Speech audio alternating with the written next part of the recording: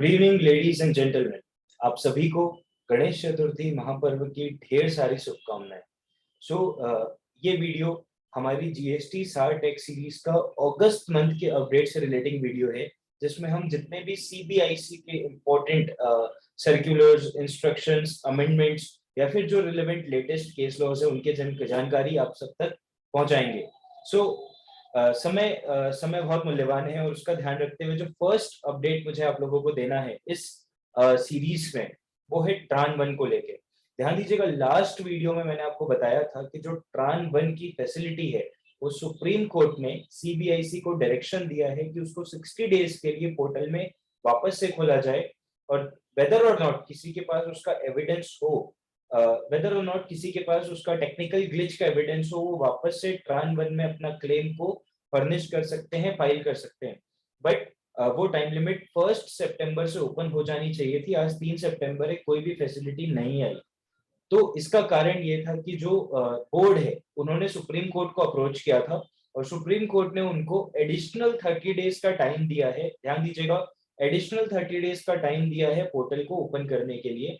तो यानी कि आज 1 सितंबर है, तो 3 सितंबर है, तो मान के चलिए जजमेंट की डेट से 30 दिन तक का टाइम है। तो हम एक्सपेक्ट कर सकते हैं कि अक्टूबर 1 में ये फैसिलिटी हमारे पास लाइव हो जाएगी। सो ये एक इंपॉर्टेंट अपडेट था। जो भी अपने ट्रान 1 को रिवाइज करना चाह रहे हैं, जिन्होंने अपने ट्रान 1 के यानी कि सेनवेट के या वैट के क्रेडिट्स को जीएसटी में कैरी फॉरवर्ड नहीं किया था, उनके लिए एक बहुत बड़ी अपॉर्चुनिटी है। आप अपने ट्रान 1 फॉर्म को देखिए, रिवाइज करिए, कैलकुलेशन करिए और अपना जो मिस्ड आउट बेनिफिट है वो वापस से क्लेम कर सकते हैं आप। दूसरा इंपॉर्टेंट अपडेट जो है, ई इनवॉइस का जो टर्नओवर लिमिट था उसको घटाकर 10 करोड़ कर दिया गया है। यानी कि कोई भी टैक्सेबल पर्सन जिसका एग्रीगेट टर्नओवर पिछले सालों में 10 करोड़ से ऊपर क्रॉस कर चुका है, उसके लिए ई इनवॉइस मैंडेटरी है। ध्यान दीजिएगा, और ये मैंडेटरी कब से है? 1/10/2022 से, यानी कि इमीडिएट नेक्स्ट मंथ से। जिन लोगों के ऊपर ई इनवॉइस अब एप्लीकेबल हो गया है, उनसे भी ज्यादा बड़ा चैलेंज है वो लोगों के ऊपर जो छोटे छोटे वेंडर से अपनी परचेजेस करते हैं। क्योंकि अगर कोई वेंडर जिसके ऊपर ई इनवॉइस के प्रोविजंस एप्लीकेबल होते हैं, उसने अगर ई इनवॉइस नहीं बनाया और आपको एक बिना आईआरएन वाला इनवॉइस दिया, तो आपका क्रेडिट वैलिड क्रेडिट नहीं रहेगा, आपका क्रेडिट मिस आउट हो सकता है। और in fact this is the law. So आप ये बिल्कुल ध्यान रखेंगे कि हर एक वेंडर से आप डिक्लेरेशन लीजिए कि क्या उनके ऊपर ई इनवॉइसिंग की रिक्वायरमेंट है क्या, और अगर वो बोलते हैं नहीं है, and if you have doubt, तो आप उनसे इंडेमनिटी या सफिशिएंट डिक्लेरेशन लेके अपने डॉक्यूमेंटेशन में रख सकते हैं।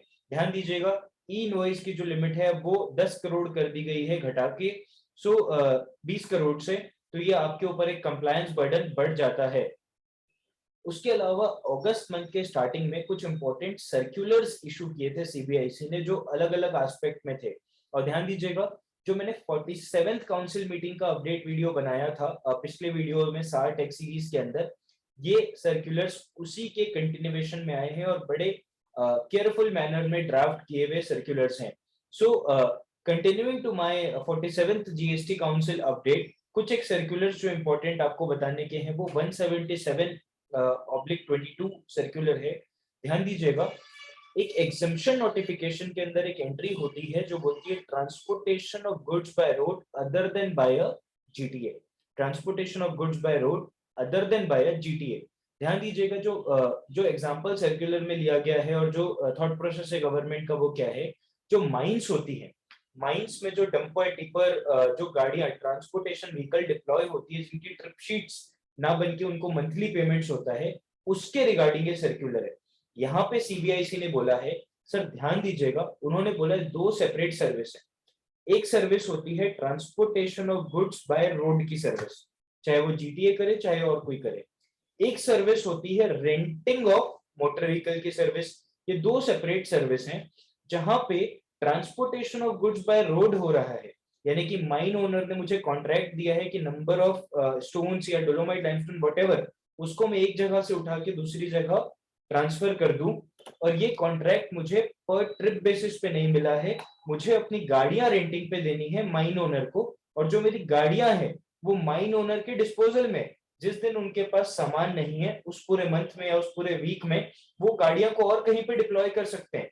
तो व्हीकल का डिस्पोजल अगर माइन ओनर के पास है, कस्टमर के पास है, ये गुड्स ट्रांसपोर्टेशन की सर्विस नहीं होगी।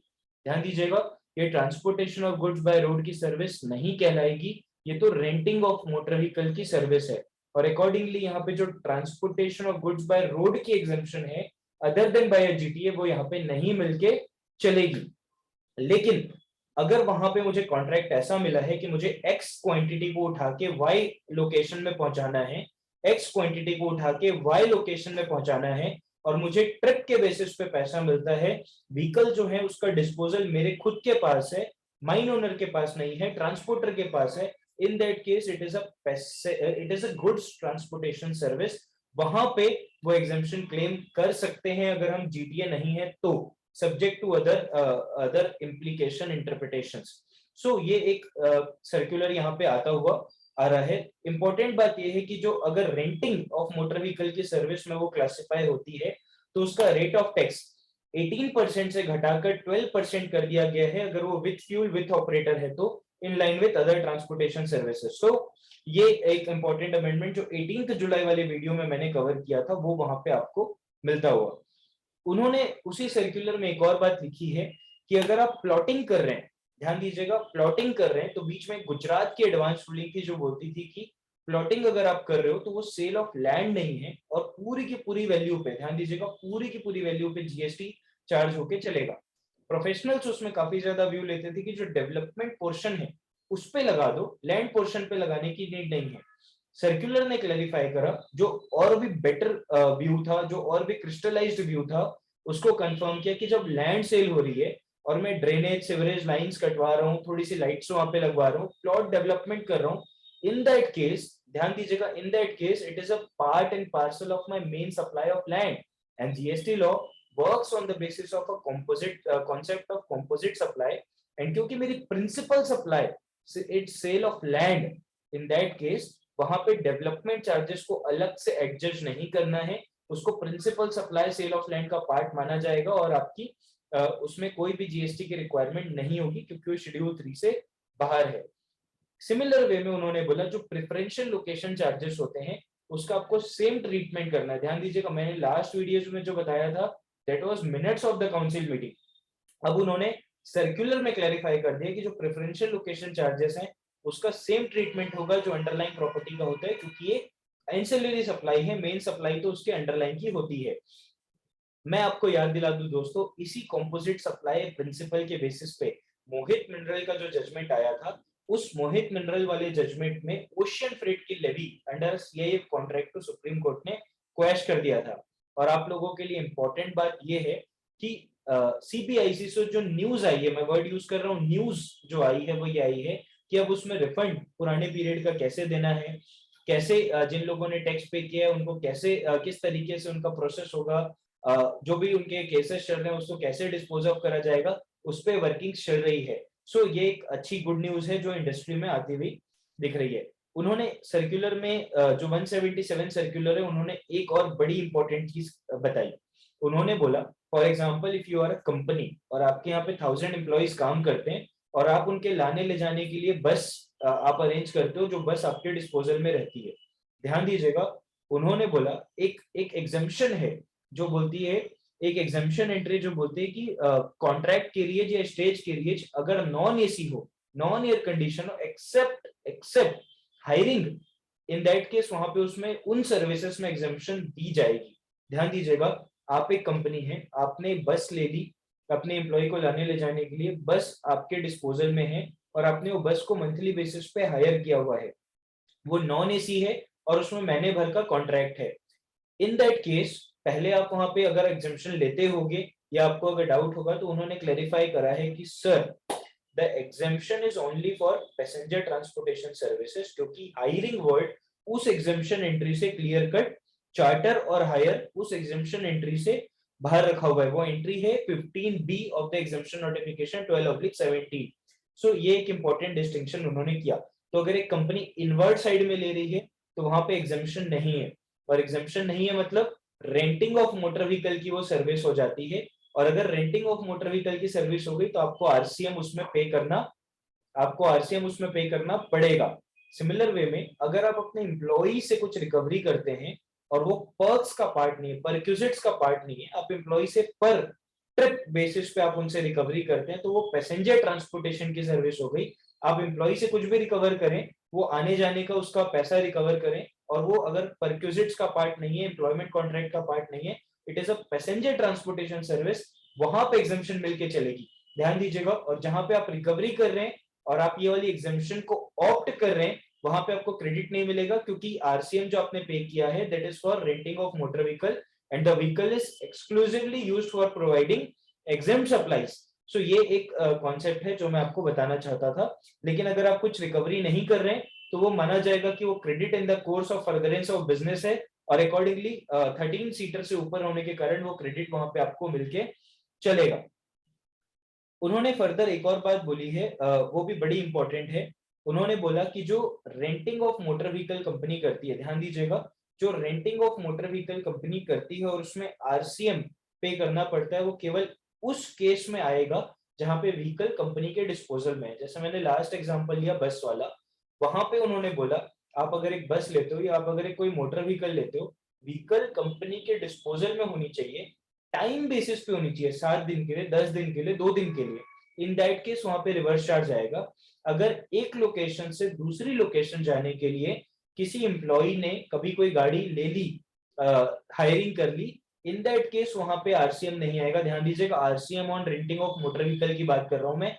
स्पेसिफिक जर्नीज के लिए, स्पेसिफिक यूएजेस के लिए ली हुई सर्विसेज पे रिवर्स चार्ज नहीं आएगा। क्यों जी, क्यों नहीं आएगा? पॉइंट ये है कि जब भावेश एक गाड़ी हायर करता है एक स्पेसिफिक जर्नी के लिए, that service is passenger transportation service. Renting of motor vehicle service तो वो तब बनेगी जब एज अ कंपनी मैं उस गाड़ी को हायर करूंगा टाइम बेसिस पे, पूरे महीने के लिए, पूरे हफ्ते भर के लिए, और व्हीकल मेरे डिस्पोजल के लिए रहेगी। और जो आरसीएम नोटिफिकेशन है वो बोलता है रेंटिंग ऑफ मोटर व्हीकल, ना कि पैसेंजर ट्रांसपोर्टेशन सर्विसेज। सो ये एक इंपॉर्टेंट बात थी जो मुझे आपको कन्वे करनी थी। उसके अलावा एक बड़ा इंपॉर्टेंट सर्कुलर है लिक्विडेटेड डैमेज का। लिक्विडेटेड डैमेज के केस में उन्होंने मल्टीपल एग्जांपल लिए हैं, थोड़ा सा कंफ्यूजन क्रिएट किया हुआ है, पर आप समझिए बात को ध्यान से। उन्होंने बोला कोई कॉन्ट्रैक्ट के ब्रीच के कारण लिक्विडेटेड डैमेजेस है, हमको उस पर कोई जीएसटी नहीं चाहिए। ध्यान दीजिएगा, liquidated damage for breach of contract, GST not applicable. Concept समझाऊंगा साथ में। आप पहले उन्होंने जो स्पेसिफिक बातें लिखी है, कोल ब्लॉक का कैंसिलेशन का कॉम्पेंसेशन, जिसपे सर्विस टैक्स के खूब केसेस चल रहे थे जो ऑलरेडी ट्रिब्यूनल में फेवर में दिए थे, उस पे भी उन्होंने बोला कि agreeing to tolerate an act वाली एंट्री में ये नहीं आएगा, इस पे जीएसटी नहीं लगना चाहिए। फिर उन्होंने बोला नोटिस पीरियड रिकवरी पे कोई जीएसटी की बात नहीं होगी, नोटिस पीरियड रिकवरी पे कोई जीएसटी का इम्प्लीकेशन नहीं आएगा agreeing to tolerate an act वाली एंट्री पे। उन्होंने बोला जो माइनिंग कंपनी पेनल्टीज वगैरह देती हैं और जो डिसओनर चार्जेस होते हैं उस पे कोई लिक्विडेटेड डैमेजेस बोल के जीएसटी नहीं आएगा। ऐसे उन्होंने काफी सारे एग्जांपल सर्कुलर में दिए हुए हैं। सर्कुलर नंबर है 178/2022। सर ध्यान से समझिएगा, जो शेड्यूल 3 वाली एंट्री है, शेड्यूल 2 वाली एंट्री है, agreeing to tolerate an act और to do an act, so ये वाली जो एंट्री है उसमें डिपार्टमेंट बहुत सारी डिमांड्स, शोकॉज नोटिसेस निकालता था, ये बोल के कि जो लिक्विडेटेड डैमेजेस है, if you are claiming liquidated damages you are agreeing to tolerate something, and since you are agreeing to tolerate something it is supply under schedule 2। हम बार बार ये बोलते थे सर शेड्यूल 2 तो क्लैरिफिकेटरी है, जो जीएसटी अमेंडमेंट एक्ट 2018 का आया था, 19 से एप्लीकेबल था, उसमें शेड्यूल 2 को वो क्लियरली बोल दिया गया था लॉ में अमेंडमेंट करके कि शेड्यूल 2 तो क्लैरिफिकेटरी रहेगा। मेरली कोई चीज शेड्यूल 2 में आ गई, इसका मतलब ये नहीं है कि वो की सप्लाई बन जाएगी और उस पर जीएसटी लगेगा।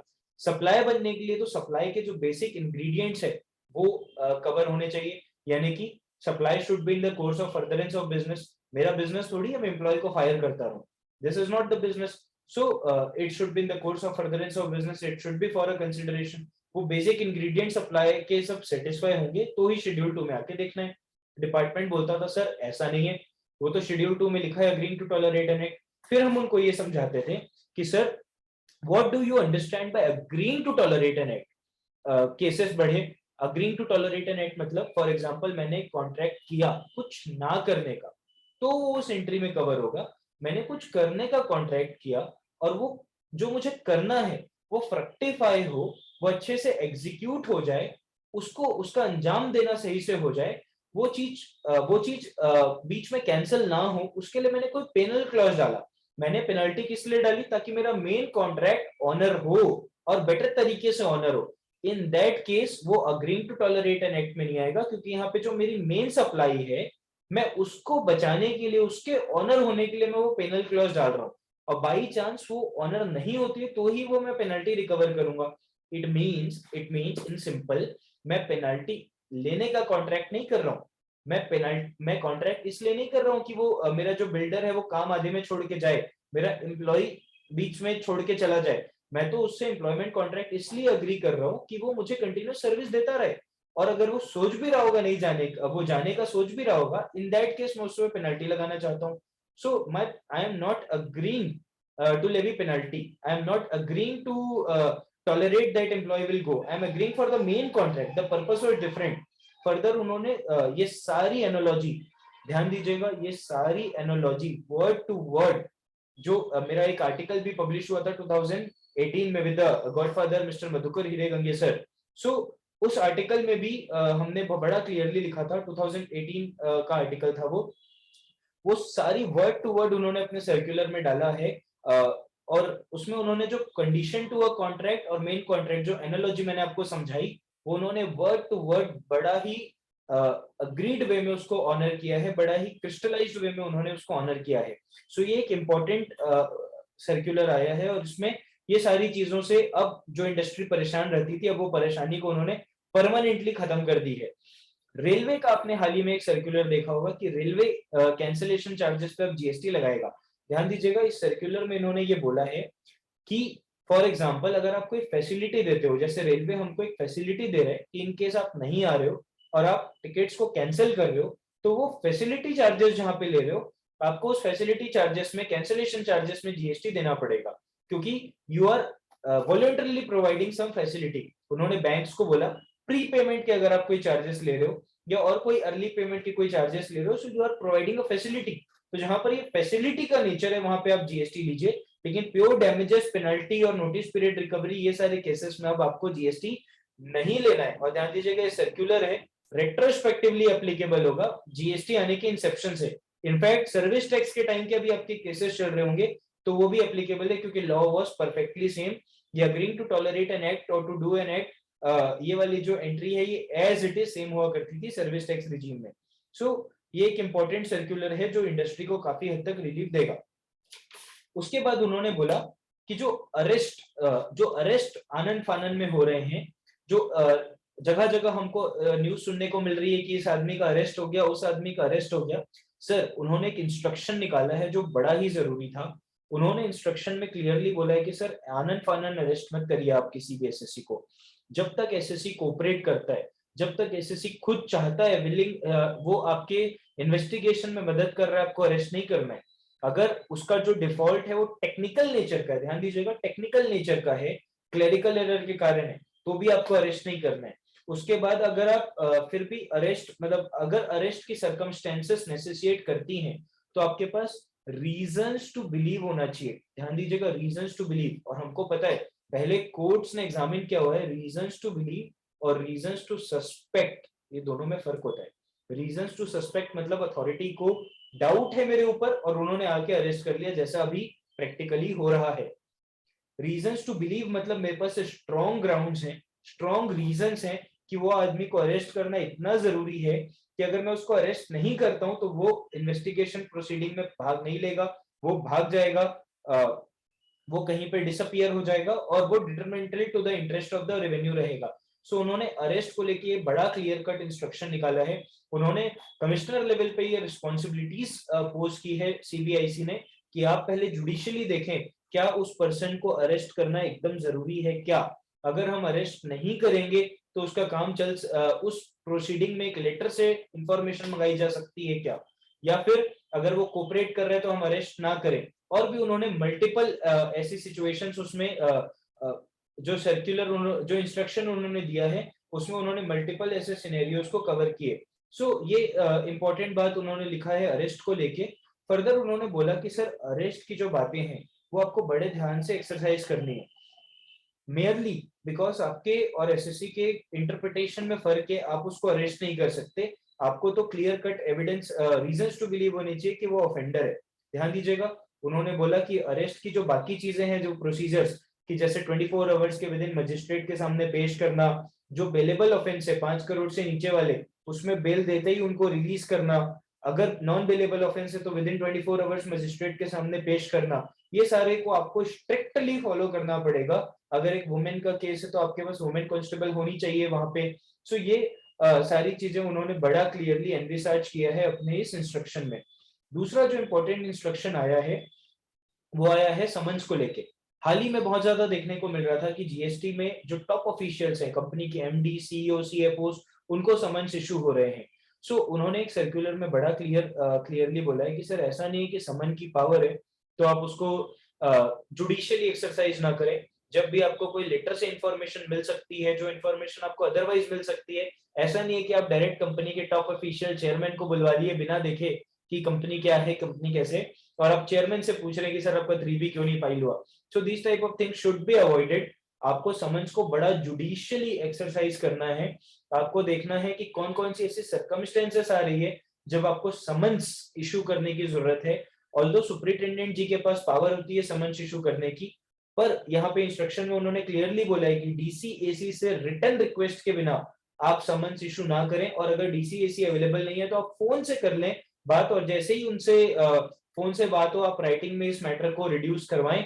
सो ये इंपॉर्टेंट चीज उन्होंने दिया है क्लियरली बोलते हुए कि आपको जो टॉप ऑफिशियल्स हैं उसमें आपको समन्स इशू करके बुलवाने की जरूरत नहीं है। रिपीटेड समन्स का अगर केस है तो भी आप थोड़ा ध्यान दें कि एक्चुअली उनको समन्स सर्व हो रहा है कि नहीं हो रहा है। सो ये एक इंपॉर्टेंट इंस्ट्रक्शन इशू हुआ है। एक और इंपॉर्टेंट इंस्ट्रक्शन इशू हुआ है प्रोसीडिंग्स प्रोसिक्यूशन से रिलेटेड, वो मैं यहाँ पे डिटेल में टेकअप नहीं करूंगा। और एक इंपॉर्टेंट बात जो मैं अपने फ्रेंड्स को, सब्सक्राइबर्स को बताना चाहता हूँ, जीएसटीआर 3B के चेंजेस जो उन्होंने लॉ में तो पिछले महीनों में कर दिए थे, मैंने अपने वीडियो में बड़ा डिटेल में कवर किया हुआ है, वो चेंजेस को उन्होंने इस मंथ में पोर्टल में लाइव कर दिया है। ध्यान दीजिएगा, वो चेंजेस को उन्होंने पोर्टल में इस मंथ से लाइव कर दिया है। ब्रॉडली चेंजेस क्या है, जितना क्रेडिट आपको 2B में दिख रहा है वो आपका ऑटो पॉपुलेट होगा, और उसके बाद 2B के बेसिस पे आपको डिटरमाइन करना है कि कितना आपका टेम्पररी रिवर्सल है। और उन्होंने 17.5 दो कॉलम क्रिएट किए टेम्पररी रिवर्सल और परमानेंट रिवर्सल के। Permanent reversal 17.5, 42, 43, temporary reversal others category 180 days वाली। जो आपका 2B में 17.5 वाला आइटम आ रहा है वो आपको 17.5 में रिवर्स करना है। 180 डेज का reversal non permanent in nature, temporary, आप उसको अदर्स में रिवर्स करें। सिमिलर वे में आपकी इनवॉइस 2B में आ गई पर गुड्स रिसीव नहीं हुए, आपको क्रेडिट को लेना है और नीचे उसको टेम्पररी रिवर्सल में शो करना है, और जिस मंथ में आएगा उस मंथ में आपको वापस से रीअवेल करना है।